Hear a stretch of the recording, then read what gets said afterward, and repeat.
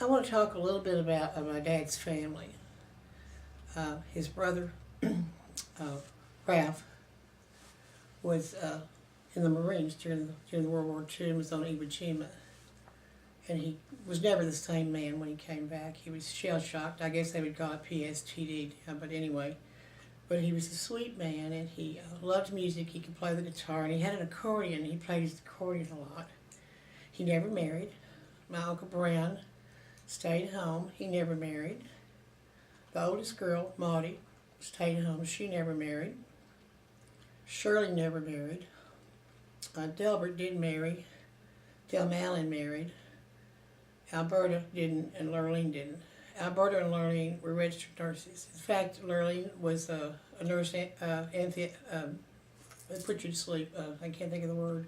Anesthesiologist. A nurse anesthetist. And actually took care of my mother in her major surgeries, because Mother had some major surgeries, and Lurleen was the one who oversaw that. But ultimately, Brown, Raph, Maudie, Shirley, Alberta, and Lurleen all lived together in the big old house. They never really left and had a life. They just stayed there. I mean, I've always said if Faulkner knew about him, he could write a novel, because they were strange, eccentric people in many ways. One of the things I had to do growing up when I was younger was go to Mississippi and stay 2 weeks every summer with the family down there. But they were so terrified that something would happen to me. And I usually could take a friend. My friend Danette went one time. My friend Faye went one time. I could take a friend. But they were so terrified that something would happen to us that if we went out in the yard to play, Aunt Maudie would send one of them out to watch us. They would just sit there. And if we would walk through the woods, they would have to go with us. You know what I'm saying? They were very nervous around us, little children. They were afraid something would happen to us. I look back on it now. And since I have my own grandchildren, I know what the responsibility is and what you feel. And so, but you have to let people grow, But they were very strict, and they just didn't want anything to happen. They didn't want me to get hurt in any way, because they felt so responsible for me. So therefore, it was never a pleasant visit. But it was just something that Daddy wanted me to do. I don't recall Spud ever having to do that. But I had to do it. Do you think, Aunt Joyce, that depression or mental illness played any part in that? It certainly did in Aunt Shirley. She was in Gardner Ramsay. Daddy would pick her up, and actually, right before Daddy died, he sent me to pick her up. I was in Arkansas visiting with them, and he sent me to pick her up from the hospital. Mm. The way she expressed it was she just quit talking. Mm. She'd just go in her room and sit, and it was sad, But none of those people ever married. I know my childhood memories of them were everybody lined up on the couch. Uh-huh. And we would too, as visitors. Yep. And the television 24/7 had on any religious or little country show that they could find, mostly religious. And I remember Mother telling us that she always felt like they sent what little bit of money they had to televangelists. That was Uncle Brown. He was the one that was real religious. And he was a very, very bright man. I took him to when Daddy moved him to Arkansas. First he moved him to the farm, and they lived there for a while. Then they bought a house in West Memphis, and they moved there. And Uncle Brown was not comfortable driving in West Memphis for a while. He was a horrible driver. He was the only one that drove. I know Aunt Lurleen drove. But anyway, I took him to the library. And the librarian in West Memphis told me that he probably had already read every book there. wow. He was a very, very avid reader. And as I began to travel, I would send him postcards because he would want me to. And then when I would come back, I would go over and he would ask me a million questions about where I'd been. But, he already knew it all. He knew the facts of it. He could tell me about Paris, the buildings there. And it was pretty interesting because he was not a real, they just had high school educations, they weren't real educated people. But he had a very thirsty mind, as did my dad.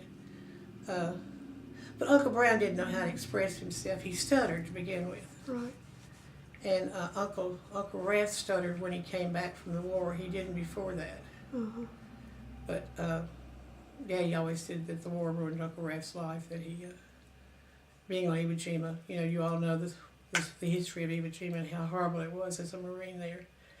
But I never heard him mention the service in any way. Rath just didn't do it. They just didn't know how to interact with other people. Do you think, did they live so far in the country? I mean, did they not have a lot of interaction with people from town or the city? No. They never went anywhere. Uncle Brown did all the shopping. He would go into Calhoun City once a week and do the grocery shopping and so forth. I don't remember Aunt Maudie or any of them. They just didn't leave. They stayed home all the time. Now, and of course, at the time they lived in Mississippi, I remember when my daddy had the house electrified. Granddaddy Richardson threw a fit. He didn't want it electrified. Although he would come and stay with us and love TV, he didn't want a TV in their house. Huh. I remember Daddy bought one of those big old radios, they used to be great big, and took down there. And Granddaddy didn't want anybody to listen to it. I don't know if he thought it was evil or what. He had never heard him say anything like that. And he would come and stay with us a month, and he'd watch TV till it went off at night. He would sit there and talk to Ed Sullivan. He loved Ed Sullivan. Spud and I would just sit there and just giggle, But, like I said, Lurleen and Alberta were nurses, and Alberta did leave for a while and nurse, and Lurleen left for quite a while. She nursed in Tupelo, and I can remember going to visit her in Tupelo. We'd go in and stand with her, and this was in the time of segregation. She would hire this little black girl to take care of me during the day while she was gone. And she was to take me swimming, and I'd go swimming, and the little black girl stood at the fence outside and watched me because she couldn't go in the pool. Well, I didn't know that, you know what I'm saying? Of course. Little kids don't know those things. No. And she dated a man named, Aunt Lurleen dated this man named Mr. Mack, and he had a big fishing camp out from Tupelo. And I can remember going, and he had a grandson that was my age. I can't remember his name. But they'd take us and we'd go to the fishing camp. We'd just fish. The little boy and I, we'd have such a good time. I only did that maybe twice in the summer. In my summers, I would go visit with her because I spent a lot of time with my Aunt Allie and Earl. I spent a lot of time with her. I was her baby girl. And we just loved her. I loved her to death, But I never had a relationship with Alberta or with... I probably had a better relationship with Lurleen than with any of them because others just didn't talk to you. Oh no, it was sad. They were really sad. Uncle Brown talked to me a lot. He always wanted to know. I remember one funny thing. About midnight, I got a phone call, and it was Uncle Brown, and he said, "Joyce," he stuttered, a car just came through our living room. Well, what had happened, I said, "I'll be over there in just a minute." I jumped out of bed, and what had happened was this driver had lost control and went right into the house, So, fortunately, they were all in bed and nobody was hurt, but I mean, it was just kind of an awful thing. But while they were in Mississippi and after Daddy died, I would, about maybe twice a year, I would make the drive down to Mississippi to see him, to see if I could do anything for him. And I remember talking to Uncle Brown. I said, when Granddaddy Richardson died, he kept a big black trunk at the foot of his bed that he kept locked. And after he died, there was a bunch of silver certificates in there that couldn't even be turned in. That was money, you know what I'm saying? But there was just no answer to any of that kind of stuff, So, but anyway, I would try to say to Uncle Brown, you need to talk to a lawyer. You need to have a lockbox. I was the only one that was interested at that time, Bub was busy. Tommy had absolutely no interest. And, Ken was way off in La La Land. And, I mean, I was the only one left to do it. But they were, I would say, Uncle Brown, if something happened to you, we need to know where things are and what to do. He would say, he would put me off. He just didn't want to deal with anything like that. And, I don't know, it was just pretty sad. he had some, I won't ever forget this, he had some surgery in West Memphis, some stomach surgery. When they were getting ready to let him out, I went to the hospital to pick him up. And he said, we need to stop at Walgreens. And I said, okay. And I said, what do you need? I'll go in and get. He said, well, I need an enema. I said, are you constipated? He said, yes. And I said, why in the world didn't you tell the doctor before we got this far? You know what I'm saying? He wouldn't do it. Mm. I had to drag it out of him that he was constipated, you know, so. And he wouldn't let me take him back to the hospital, so I took him home with the Fleet's enema. You know, I guess he got all right. He lived a long time after that. But I don't know if they talked among themselves. I don't really think they did. Sad. Yeah, it was very sad. Very, very sad. I don't remember them ever laughing a lot or anything. You know, it was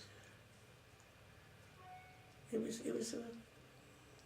know, Uncle Ralph would disappear for 2 or 3 days because he had a drinking problem. Yeah. You know, and I remember once we went to Mississippi. It was Daddy and Spud and I, and we pulled up. And Ralph was on the front porch. There was a big swing on it, and he had way too much to drink, and had his guitar was playing. And Daddy had absolutely no patience with that. He was just furious. And Uncle Ralph kind of stumbled up, and he said, now, Huey, I stayed sober all last week because you were supposed to come last week.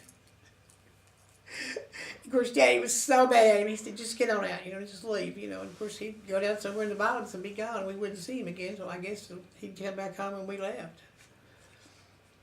But that's one of those sad, tragic things, you know, that happens. But anyway, it's the way it is, so. I feel bad that they didn't have a happy life because I don't think any of them did. Mm-mm. And I think Granddaddy Richardson was a lot of it because, you know, as everyone said, he just quit living when his wife died. But what I thought was so strange was that he enjoyed all the electrical things in our home when he visited, but didn't want it in his. Oh, no. You You'll never know. But now he's the one that had the handlebar mustache? Yes, Granddaddy Richardson was a very elegant-looking man. He was very tall, probably 6'4", very slim. And he always wore black pants, and he wore a white long-sleeve shirt with a black string tie. And he had a black cane. And he looked a great deal like, what's the chicken man's name? Colonel Sanders. Colonel Sanders. He had a haircut. His hair was snow white gray. And it was combed down, Buffalo Bill style, and cut straight across all the way. And he had a big mustache handle. Well, Daddy didn't like the mustache handle, so Granddaddy would lean back in a chair in front of the fireplace and take a nap in the afternoon. And Daddy said to me, I'll give you $quarter if you'll cut the mustache off. Well, I got the scissors and I got one side off, and Granddaddy woke up. And of course, he knew who had put me up to it, you know. And so we had to cut the other, but he grew it back, you know. So the pocket watch. That was Granddaddy Vance's. That was Granddaddy Vance's. That I Okay. gave you, right. Okay. No, that was Granddaddy Richardson. I thought you told me it was Richardson, and the teeth marks were popped. Yeah, that. Mm-hmm. Okay. Mm-hmm. And I had my grandmother Richardson's watch, and it was a pendant that you pinned on you. And I was out of town one weekend, and one of my naughty children had a party, and that was one of the items that was stolen from my house. I really grieved over that. Mm. But anyway, you know who had the party. But anyway, it was one of those things. It was gone, and there's nothing I could do about it. But it was very special to me, and I did have it for a while, so that's good. And I do have what's called a crazy quilt that Grandmother Richardson made. I don't know if she made each of the children one, but anyway, I've got it put up somewhere, but it has Daddy's initials on it. She put HBR on it for him. And I had the clock that was on the mantle in the living room, and Margot now has that. But there had been a fire behind the fireplace, and the back of it's scorched, but it's one of those big old clocks, you know, that's not of great value, but it's interesting and certainly has a lot of family feeling about it. But anyway, that's one of those. And Kim knows about the other things that I have that were theirs. I don't have much because I don't know where it all went, you know. But that's all I have.